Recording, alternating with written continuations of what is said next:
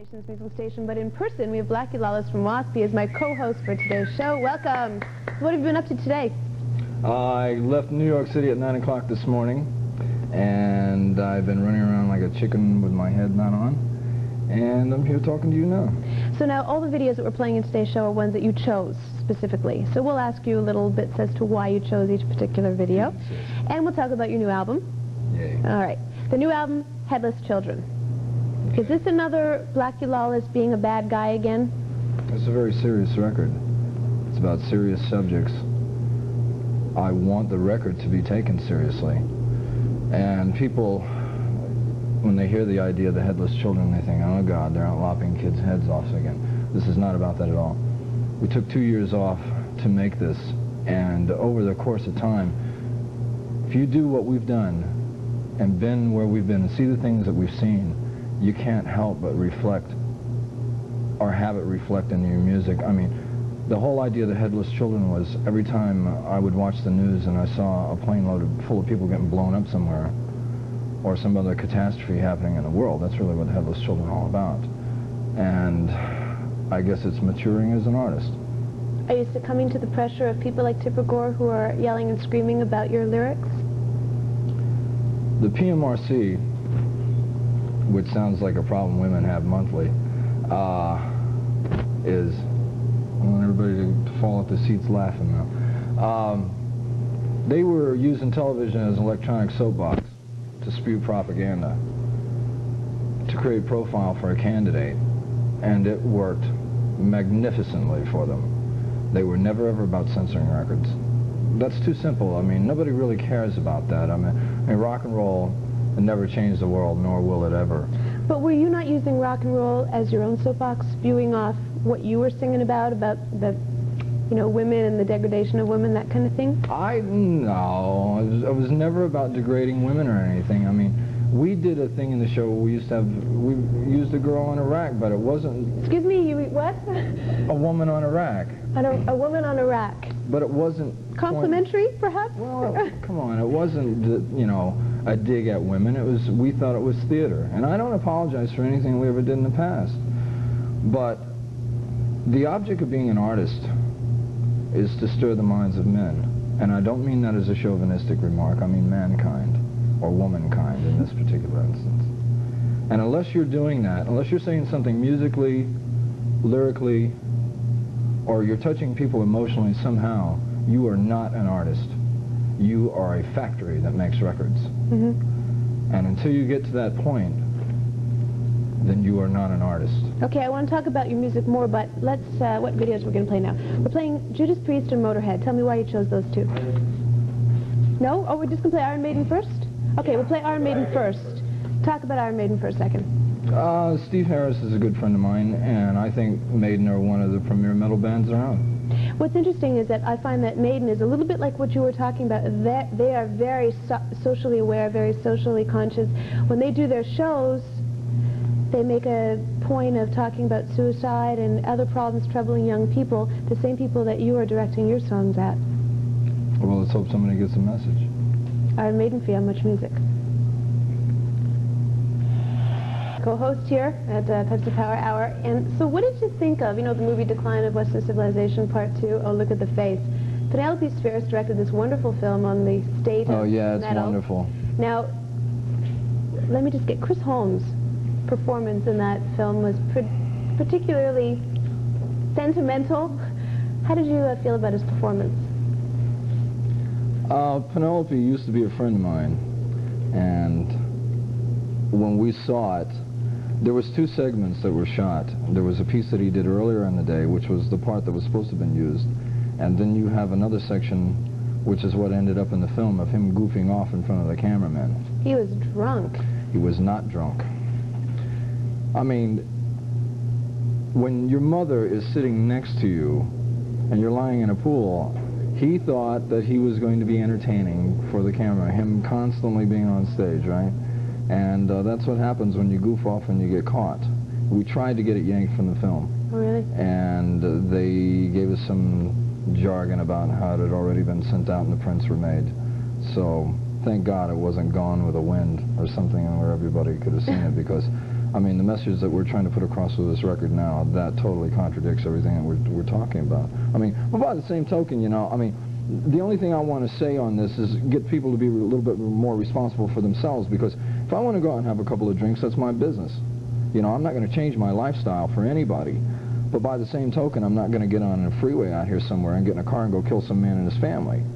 So if you're going to have a good time, just be responsible for yourself. Don't blow up the guy next to you. I mean, rock and roll's a great thing. You have a great time with it, but it's like the ocean. If you do not respect it, it will take your life. But at the same point, you are in the public eye, and if you go and have more than 6 drinks, whatever, because you're very tall, you need lots to get drunk, then, and if you go out in public, and people see you drunk, then you become a role model for people. So, and you have to be aware of that at the same time. You are a very big role model. Well, I would agree with that, but you also have to understand that the people that do what we do have our own lives. Let me say this, 95% of the people that do what we do don't realize the amount of responsibility that they have, because we don't think that we're special. We wake up in the morning and we put on our pants just the same way everybody else does, so therefore we don't think what we are saying is that important. But what happens is you do a television show, or some kid's out there in radio land somewhere, and he's listening to some rock god somewhere on the radio. He's believing every word that guy is saying. You know what's interesting is when I talked to you, now this is about 2 years ago, maybe even 3 years ago in our old building, you weren't as, perhaps, as responsible as this. You were still saying, well, yeah, I'm doing it. It's, you know, sometimes it's not so great, but it's not all that bad. You seem to have really changed your tune a bit here. Well, when you look back in your life, everybody has signposts in their minds that point them in certain directions.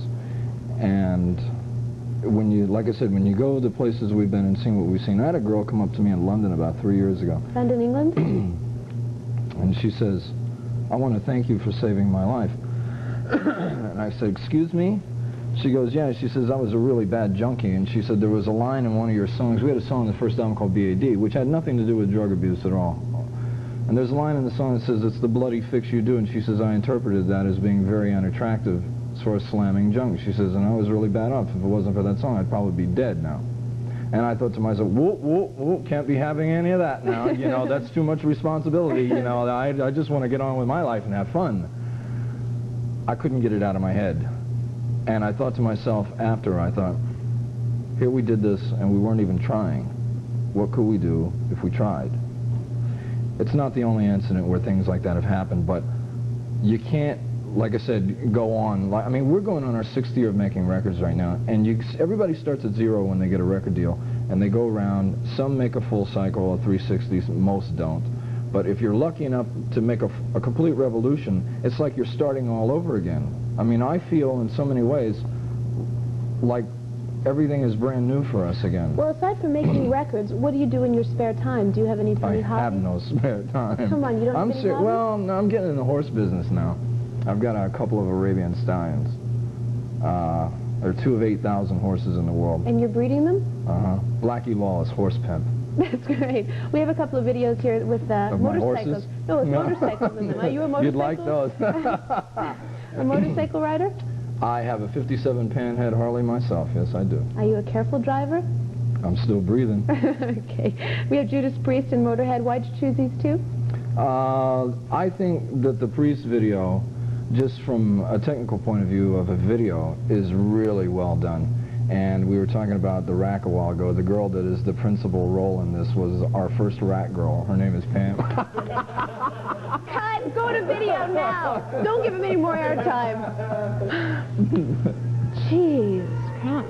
Ellis is here with me, and we were talking about 2.5 years ago, you probably don't remember this, about roles that people play in music. And I was curious, do you consider your role to be the hero or the bad guy? I've been asked a lot of things, but I've been asked my underwear size, all kinds of stuff like that, never anything like that. Public's perception would probably be antisocial. But then again, that's the essence of rock and roll, too. Rock and roll is about going against the grain. You know, it's like, I go watch a band, and if they ain't got that curl in their lip, they ain't gonna make it with me. They gotta be bad to be good? Something like that. You know, that's very good. Yeah, you guys should do some more of those. Okay. What bands do you like? What bands have you been listening a lot to? We were talking about Living Colour a while ago during the break. I think they're an important band because of what they're saying. And I would like to see, and I want everybody to realize this is not the flavor of the month coming out of us. I mean, I don't think, I keep saying this, but you can't see what we've seen and do what we've done without it having changed your life. And I could never ever see W.A.S.P. and myself as well approaching a record quite the same again. So I think the more bands that have something constructive to say, I mean, hey, I still want to have fun. I mean, but why can't you have fun and say something as well? No reason. I'm into that. Absolutely. That's good. It's actually... for me. Yeah, okay, you got a point there. All right. What else do I want to talk about? Attack me now. All right, here we go. Your new album is... Well, you get out of that real quick, you know. It's like, I'm the boss, I'm the host, I'll do whatever I want. That's right. That's what you learn after doing this for years and years. But I don't want to go to video right now. We're not going to video. We're going to talk about the album again. Okay. So your new album, as you said, deals with some very important issues.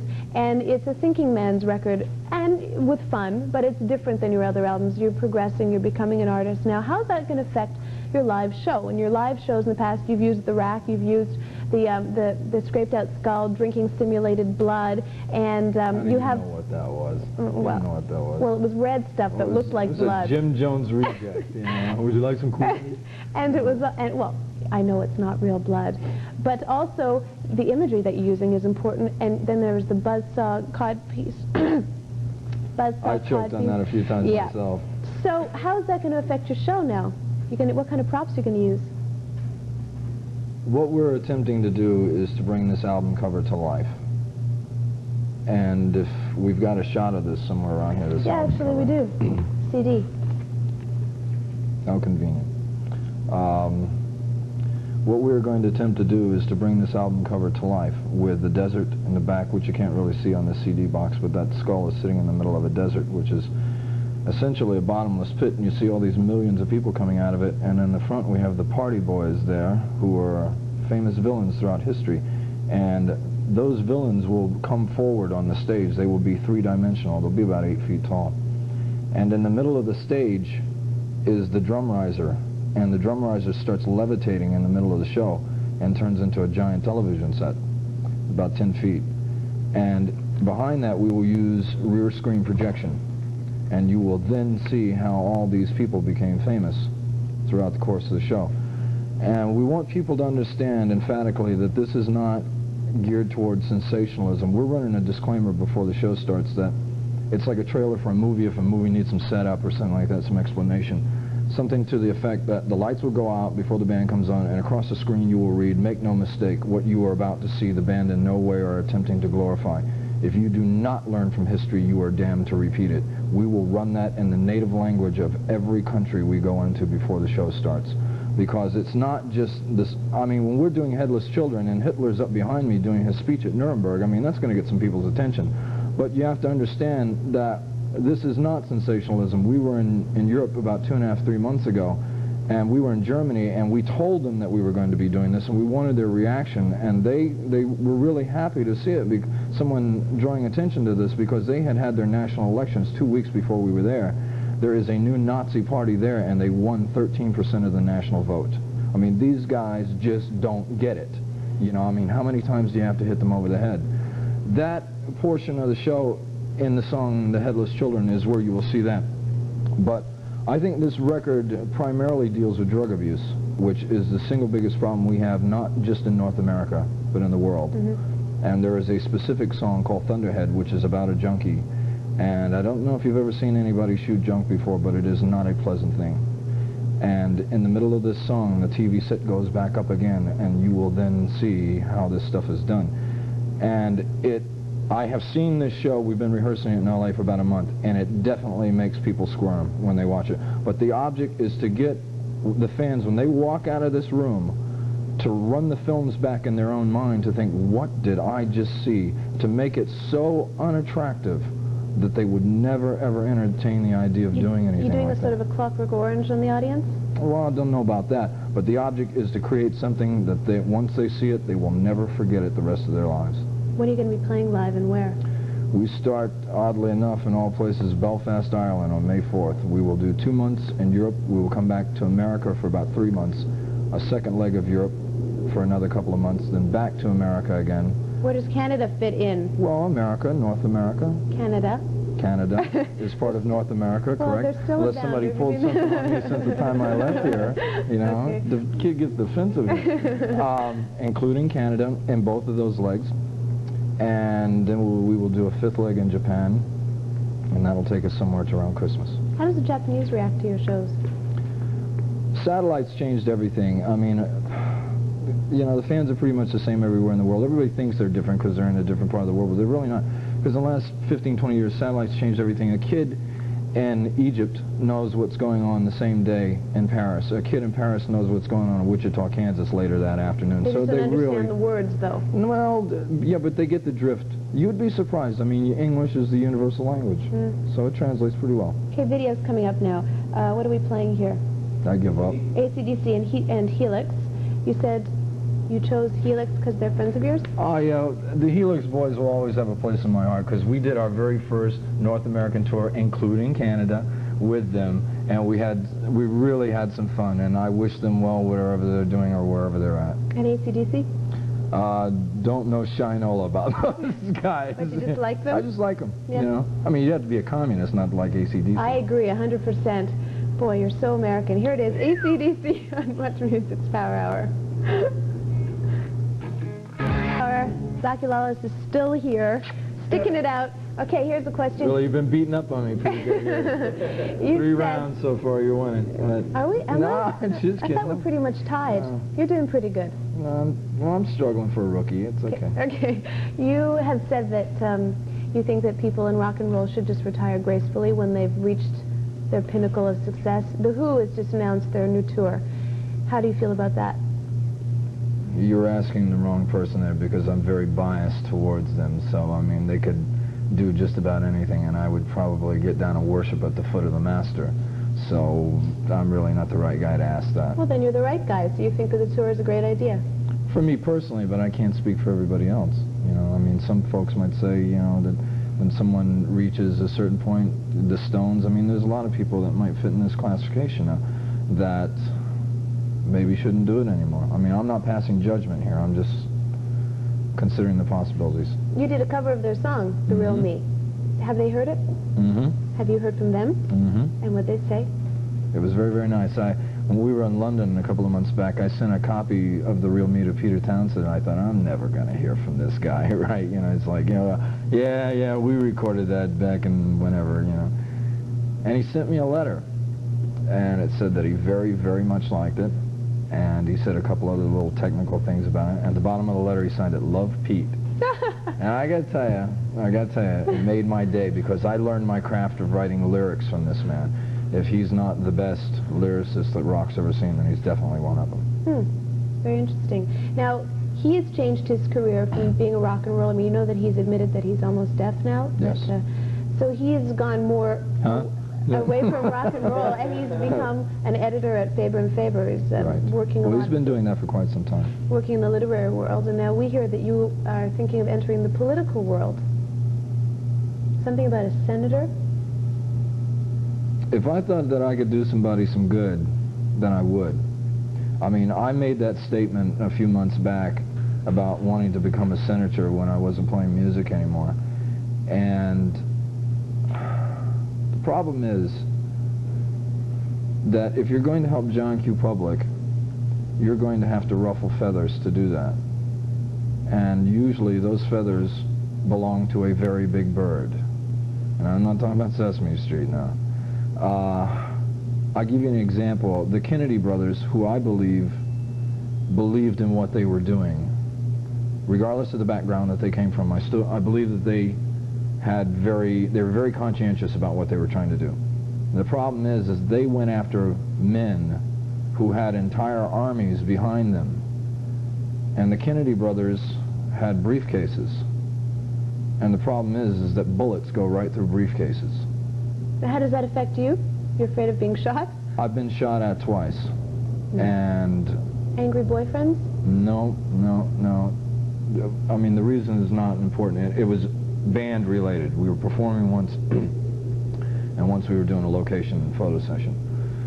And I've had more death threats than I can shake a stick at. And now, who is this? Angry parents who don't like the music I have you're no playing? idea. If that were the case and we knew, the FBI wouldn't have had to come to live with me for about a month, 3 years ago.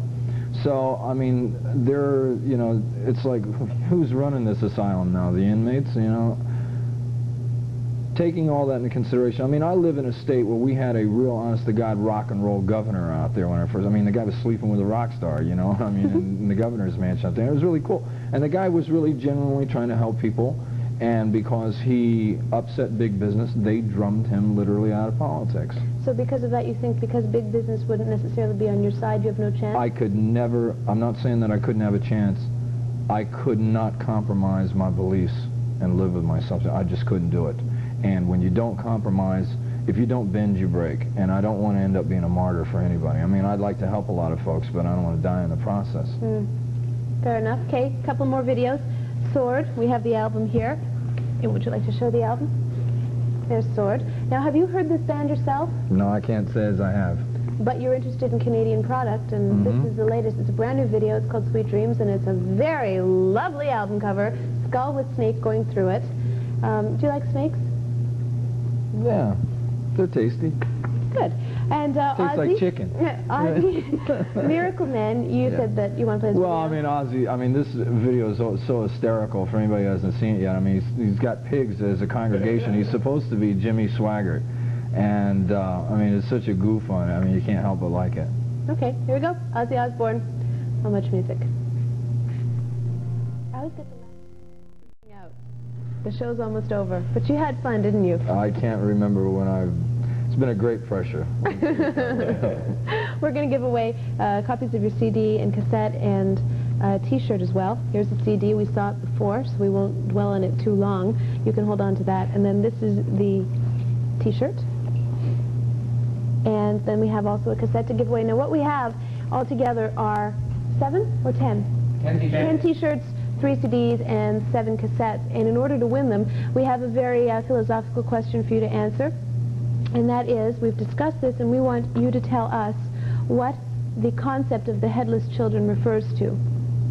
That is the name of the album that W.A.S.P has spent 2 years and a lot of money working on. And and if you'd like to win a copy of this, all you have to do is write to the Headless Children, care of Much Music, 299 Queen Street West, Toronto, Ontario, M5V2Z5, or that is the Pepsi Power Hour.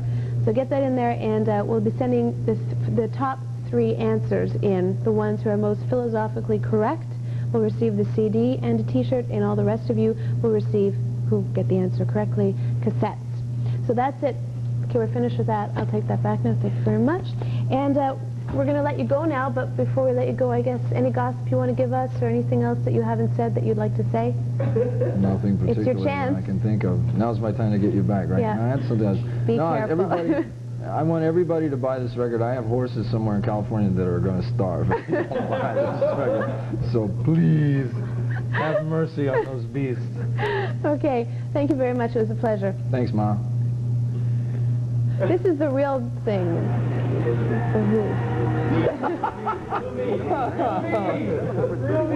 And you